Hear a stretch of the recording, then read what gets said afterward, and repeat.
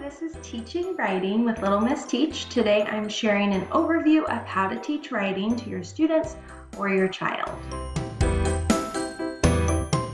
So writing is a process and not a formula. When I began teaching writing in the classroom and to my students, I realized that I needed to learn what writing was. I struggled with this as a student myself, and I would follow all the stages in the writing process and turn in my final draft, and never was successful, and I never understood why. I followed the steps, I did what was needed, and I was just not successful in this.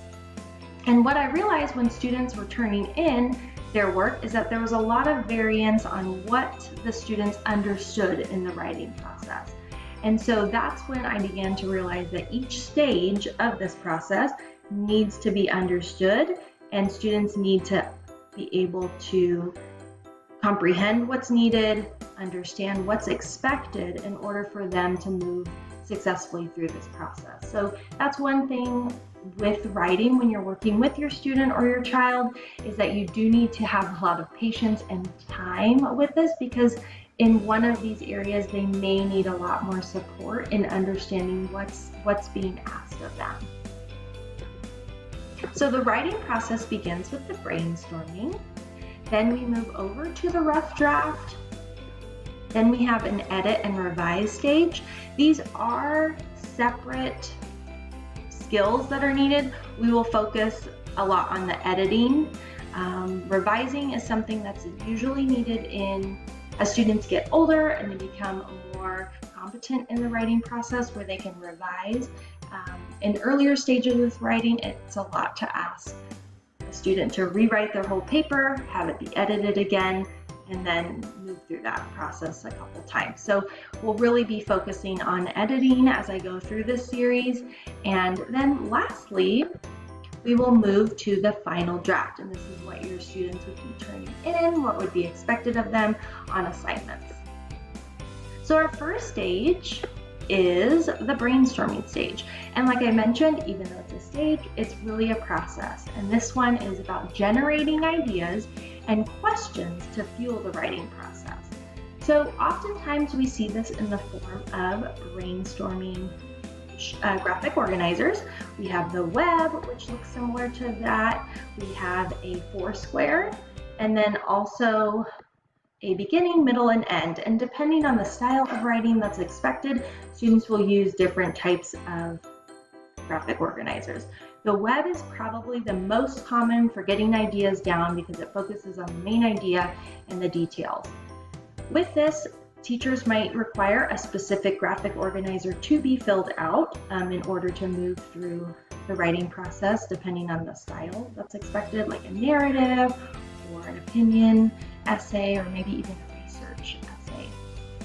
And what this process is really about is getting your students to start thinking about what are they going to write about, how are they going to focus their essays. So oftentimes we teach, okay, we just have to get our ideas out, be thinking, and students are lost at, I don't know what that means. Then that's where we find that students struggle getting started. So it's asking questions.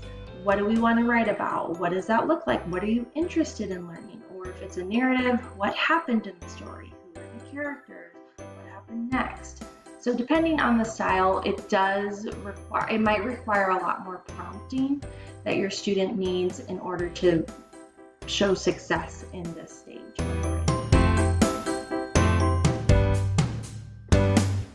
Next, we have the rough draft, which is a process of organizing these ideas into paragraphs.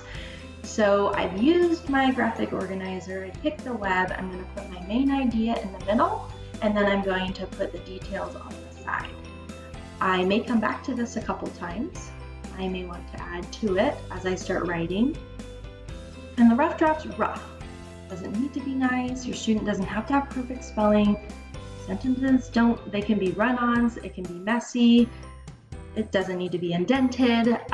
For this purpose of showing, I typed it on here. So it's a little bit neater than what a rough draft would look like, but it's supposed to be rough. You want to see where your student's at with moving from the brainstorming stage into the rough draft. How are they organizing and adding to their ideas? So there's going to be spelling errors, there's going to be mistakes, and that's okay. That's what we want. We want students to feel success somewhere in this writing process. And if we're always expecting perfection in each stage, it can be very harmful to students feeling like they're a writer. And so we want to promote that great job, like let's get our ideas out. So this is their kind of time to shine and show you what it is that they know. And then, you know, you can also use it if you're in the classroom as a formative assessment. You know, where are my students at with their writing? What's it supposed to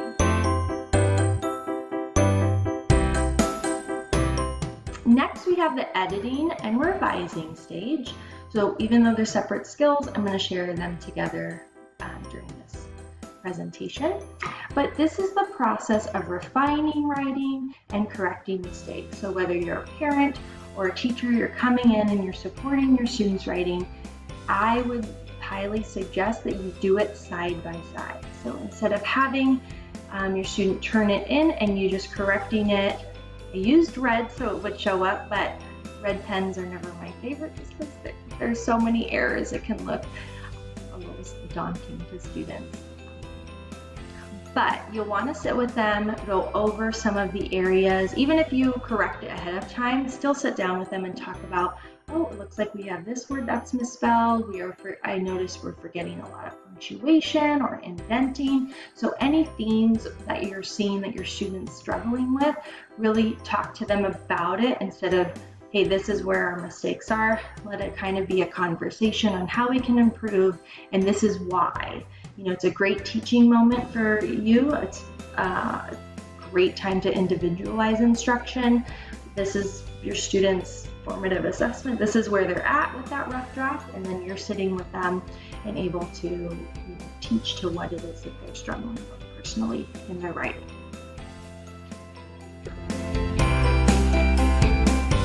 Last, we have the final draft, and this is our end product. We've made it. So your students going from those errors, looking at where they made mistakes, that revise stage might come in between if they want to hand write it all out again without mistakes, and then usually a final draft's typed. So then they can look at their essay or paragraphs without any mistakes and type it up and turn it in. So that revise stage kind of falls like right in between the editing stage and the final draft. They can revise and rewrite it so it's nice and clean when they're typing. They're not making any mistakes. And then of course, even though it's typed, we still have to double check to make sure correct commas are used, punctuation, that there's no spelling mistakes.